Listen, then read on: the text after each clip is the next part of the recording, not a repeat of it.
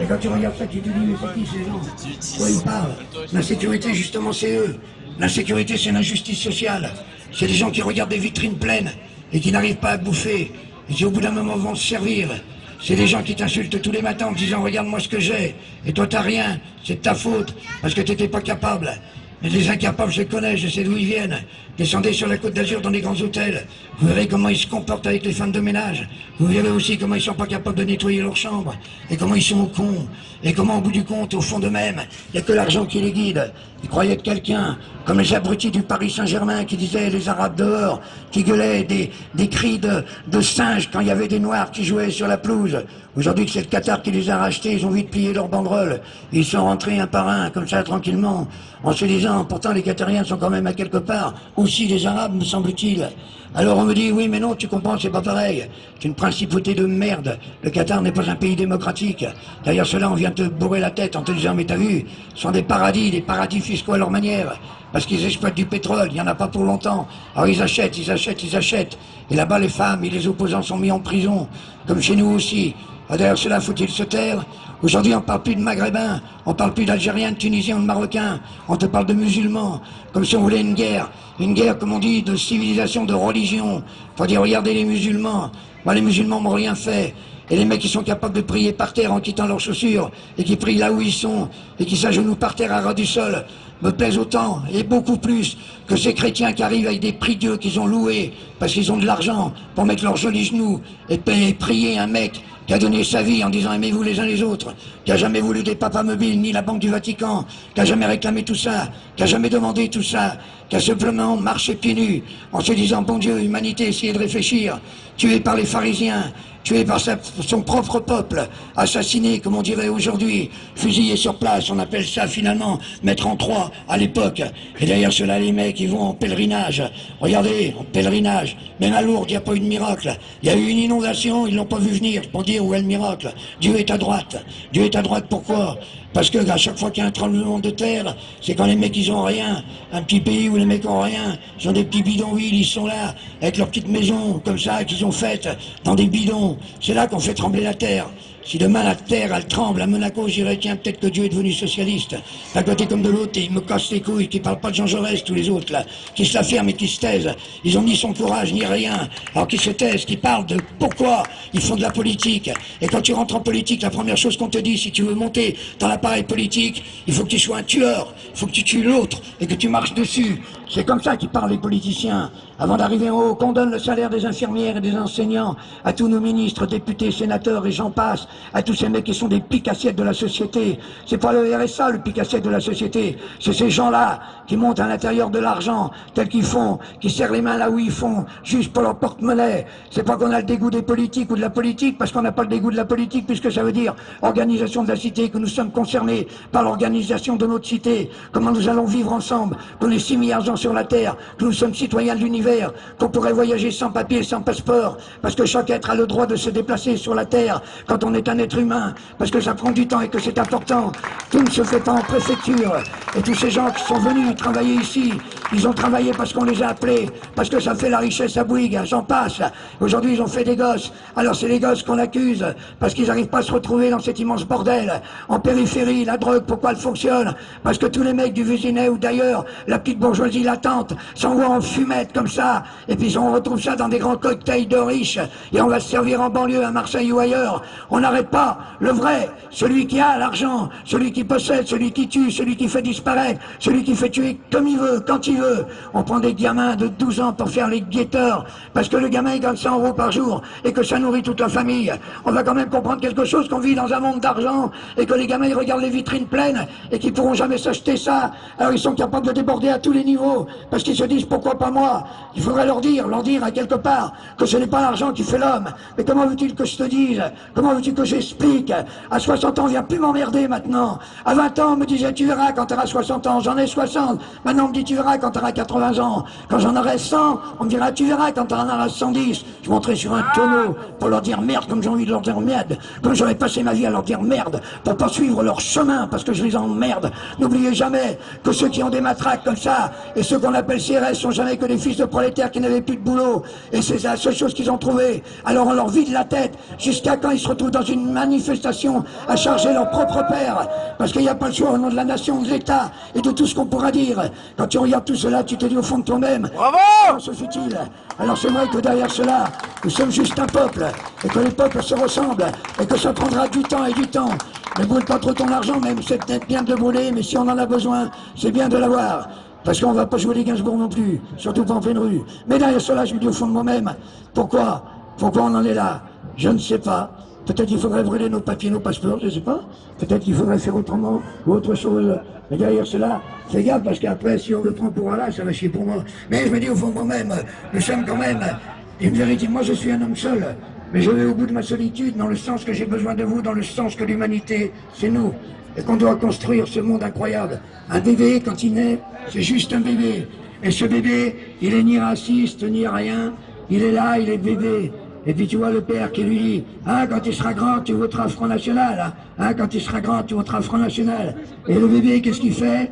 Il chie, voilà, c'est tout. Parce qu'il a juste envie de se... Voilà. Alors, justement, c'est là le grand problème, c'est les questions à se poser. Pourquoi on vote pour eux, et pourquoi ils ne tiennent pas à leurs promesses? Mais nous, qu'est-ce qu'on veut vraiment construire en ce monde? De quoi a-t-on vraiment besoin? Est-ce qu'on réclame que de l'argent? Plus d'argent, je suis d'accord, quand je vois les petits salaires. Cela, il faut les augmenter. Il faut que les gens puissent aller mieux dans leur vie. Si ça aide à ça l'argent, je suis d'accord, c'est juste un échange.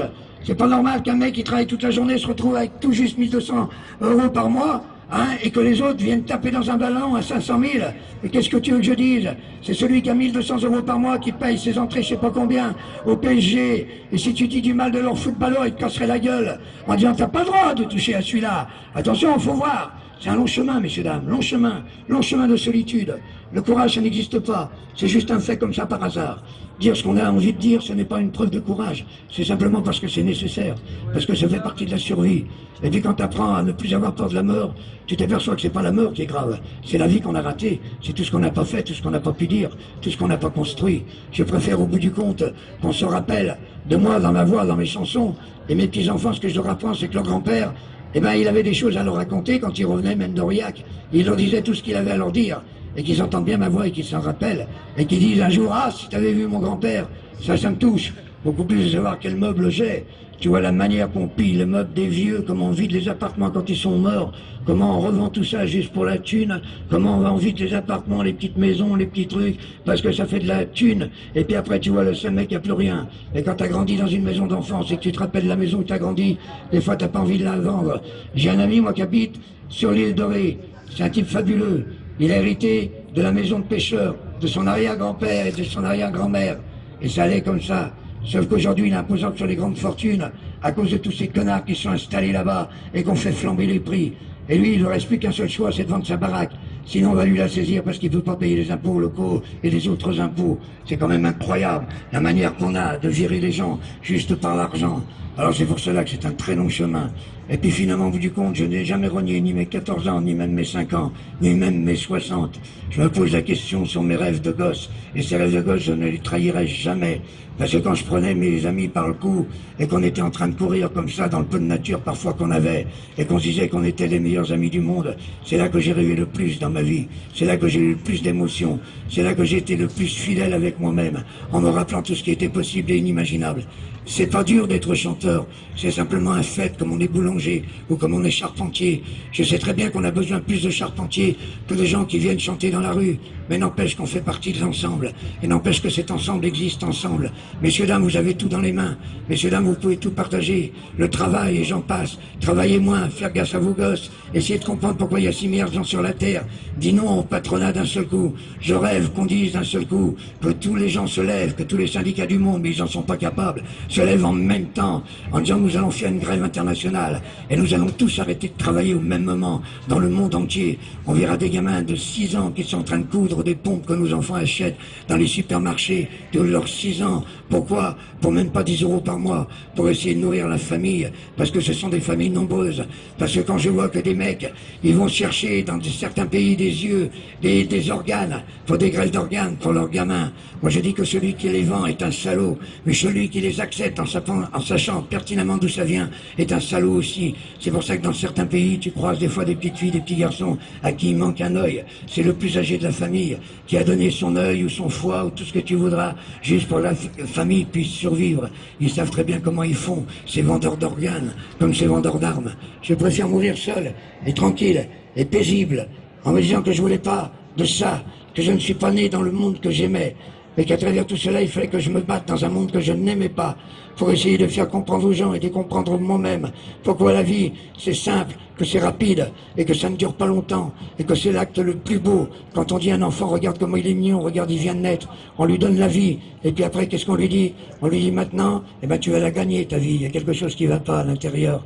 C'est pour cela aussi au niveau purement social que je suis pour le salaire des étudiants, pour que les mecs puissent étudier et qu'ils choisissent le métier qu'ils aiment, ce qu'ils ont dans les tripes, ce qui leur fait plaisir vraiment à l'intérieur d'eux-mêmes.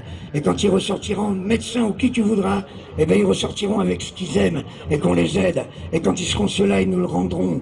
Et comme ils nous le rendront tous ensemble, c'est pour cela qu'il ne faut pas les laisser tout seuls courir sur des pelouses quand ils ont des seringues. Il faut que ce soit les parents qui aillent les chercher, pas les éducateurs, et qui prennent leur enfant dans leurs bras en disant qu'est-ce qui se passe, dis-moi ce qu'il y a, qu'est-ce qui se passe, pourquoi ça va pas comme ça. Faites attention à vous, jeunesse, ils feront tout pour vous assassiner, comme on a assassiné les Indiens en leur balançant l'alcool, en les empêchant de vivre et en tuant leur plus beau rêve, qui était un rêve de partage. Ils savaient ce qu'était la terre, ils faisaient attention à chaque goutte d'eau, à chaque chose qu'ils consommaient, parce qu'ils savaient qu'ils en avaient besoin juste après, et que les générations après en auraient encore besoin. Ça s'appelle la vie, messieurs, dames, et c'est un acte merveilleux, et c'est nos parents qui nous la donnent. Et à travers tout cela, quand ils nous l'ont donné, alors on doit quelque chose à nos gosses, mais on ne doit pas leur apprendre la parodie du monde. On doit leur dire, tu sais, maintenant on va se battre ensemble pour essayer de faire que les choses changent un tout petit peu. Je suis peut-être un utopiste, mais parfois je suis fier de l'être. Quand je vois ceux qui ne le sont pas, les réalistes, soi-disant réalistes, alors qu'ils ne le sont pas du tout, m'emmerdent. Les économistes aussi, avec leurs 0,02%, parce que la bourse s'est effondrée. Et bien que la bourse s'effondre complètement, et que finalement, au bout du compte, on en finisse avec cet acte barbare qui s'appelle tuer les gens au niveau d'un stress. Chez nous, on les tue pas comme ça avec des fusils, on les tue au niveau du stress, on les empêche de vivre. Et puis tu sais, quand tu vas beaucoup plus loin, quand tu voyages dans le monde entier, même en ce moment, si dans les pays des Maghreb ça pète, tu verras comment tu es reçu par les gens, et tu verras qu'à chaque fois la seule question c'est où c'est que tu as mangé et où c'est que tu dors. Et pourtant ces gens-là n'ont pas grand-chose. Ça fait très très longtemps que je n'entends plus ça dans le pays où je suis né et où j'habite. C'est pour ça que je leur dis souvent, surtout ne nous ressemblez pas. Et tous les combats sont leurs combats. Et tous les combats seront les plus merveilleux. Et les femmes du monde se battront dans le monde entier par rapport à leur indépendance à elles, comme elles l'ont choisi, pas par rapport à des mecs qui viennent comme ça à la Chambre des députés pour dire nous allons parler pour les femmes, ou des femmes qui essayent d'être députés en ressemblant tellement connement aux mecs. Il n'y a qu'à regarder la gueule de Morano pour comprendre que finalement du compte, c'est un mauvais croisement. Je vais vous chanter une chanson parce qu'avant tout, je chante des chansons. Bravo!